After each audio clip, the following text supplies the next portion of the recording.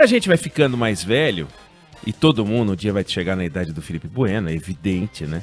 Você vai começando a acumular histórias das quais você se orgulha. Tô falando de histórias profissionais. Pô, que legal, eu consegui fazer isso, eu fiz aquilo, né? Todo mundo tem histórias das quais se orgulha, 999-5926. Se quiser contar uma história da qual você se orgulha, algo que você fez no seu trabalho que acha que é legal. Agora, se quiser contar também aquelas histórias que só o tempo tornaram divertidas, mas que na hora foram meio ridículas, também que se quiser compartilhar, eu vou compartilhar uma, que assim, o melhor é tirar sarro de você mesmo e seguir em frente. Eu já contei aqui vagamente, mas quando eu cheguei em Brasília, e eu vivi em Brasília 6 anos trabalhando como jornalista, eu cheguei cru. Não é que eu não tivesse experiência profissional exatamente, mas eu comecei a trabalhar muito cedo, com 17 anos, como jornalista. No jornalismo, não era jornalista formado, estava no primeiro ano da faculdade. E quando eu cheguei em Brasília, eu tinha 24 anos.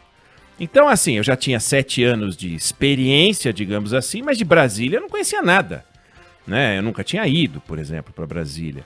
E o poder em Brasília, assim como qualquer poder municipal, estadual, e não é diferente no federal, você tem um festival de siglas e termos que com o tempo e só com o tempo você vai pegando. Para tudo tem um termo específico que facilita a comunicação, porque você ficar explicando o tempo inteiro é perda de tempo, e tem uma sigla que também faz você ganhar tempo. Algumas dessas siglas a gente se acostumou com o tempo, né? PF, MP, STF, PEC, a gente foi ouvindo tanto, né? Todo mundo que ouve a rádio, acompanha o noticiário, já acostumou.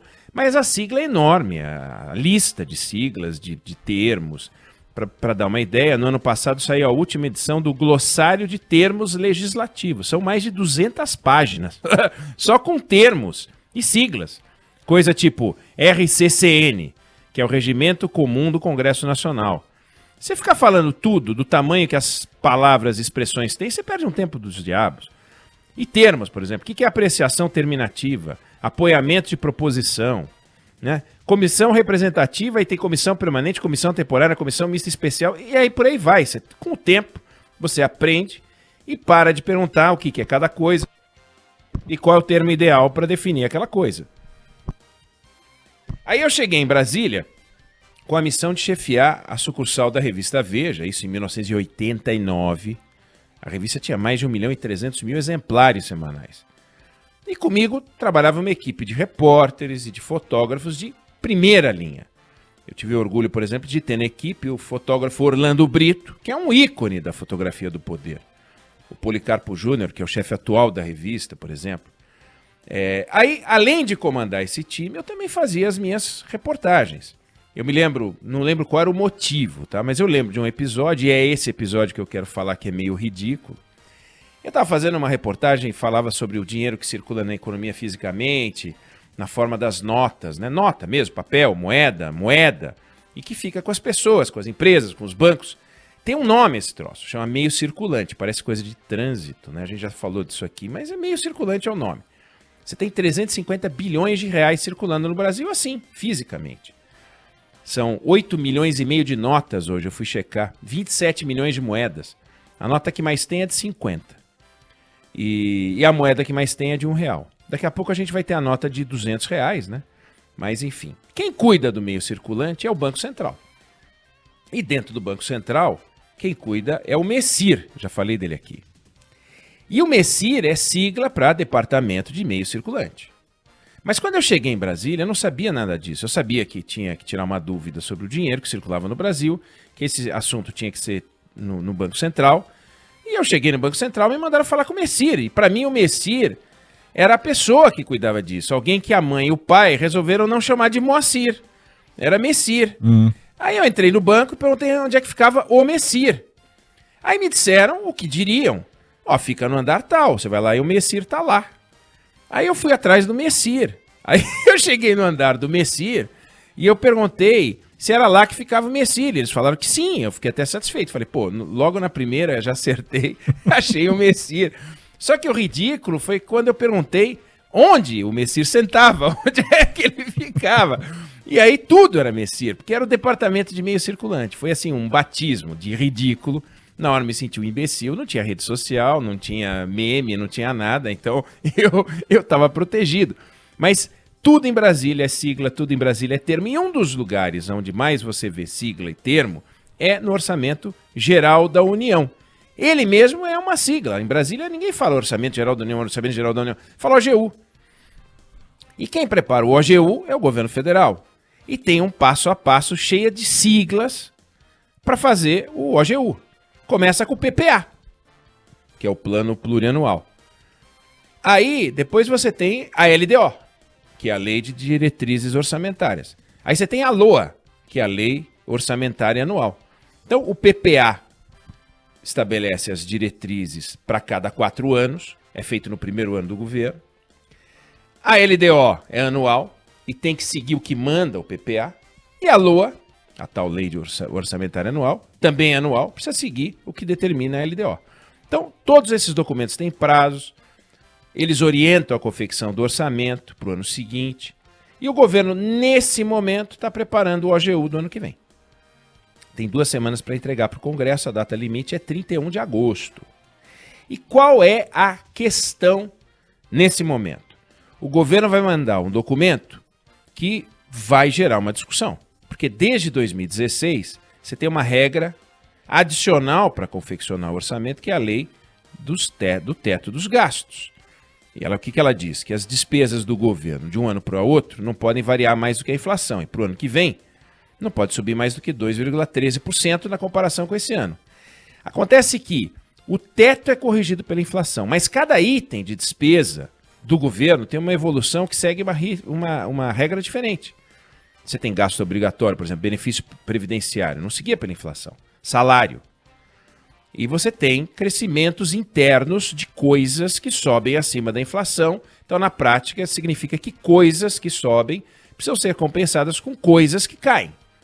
E o Paulo Guedes recebeu uma encomenda de criar um programa social novo, que pode se chamar Renda Brasil, já está se falando do Renda Brasil para lá e para cá, que é mais amplo e mais caro do que o Bolsa Família. Então, o Bolsa Família seria substituído e ampliado com a ajuda de outros programas sociais que tem por aí e que podem ser juntados e anexados, ia ter que achar algum dinheiro a mais, e ele não pode estourar o teto. Agora, o estouro do teto é uma discussão. O que é o estouro do teto? E a turma do Senado, por exemplo, está de olho porque está vendo que pode pintar um estouro de teto sem que seja um estouro de teto. Tem um espaço fiscal para fazer um aumento aqui e ali? Pode ter. Mas tem gente de olho porque se houver um estouro de teto e você faz uma manutenção do teto que é meio ficcional, o presidente da República pode estar sujeito a um processo de impeachment, que seria aquela confecção do orçamento criativo, né? Que foi o que aconteceu com a Dilma Rousseff. E é uma discussão importante. Para o governo, tem que tomar muito cuidado. Tem que envolver TCU, tem que envolver Supremo, etc. Já estão pensando numa consulta para evitar essa explosão do teto. Porque se estourar o teto e isso for considerado contabilidade criativa, está aberto ao processo de impeachment. Claro que para isso você tem a base no Congresso, teria que o presidente da Câmara entender que sim, o presidente teria que perder espaço e tal, ele tem uma popularidade grande, no Congresso ele cresceu a sua base, está se recompondo com o PSL e por aí vai. Mas ninguém quer correr esse risco. Até hoje o teto não foi rompido. Mas tem o risco, já para o ano que vem, de haver uma discussão desse tipo se houver um aumento de despesas.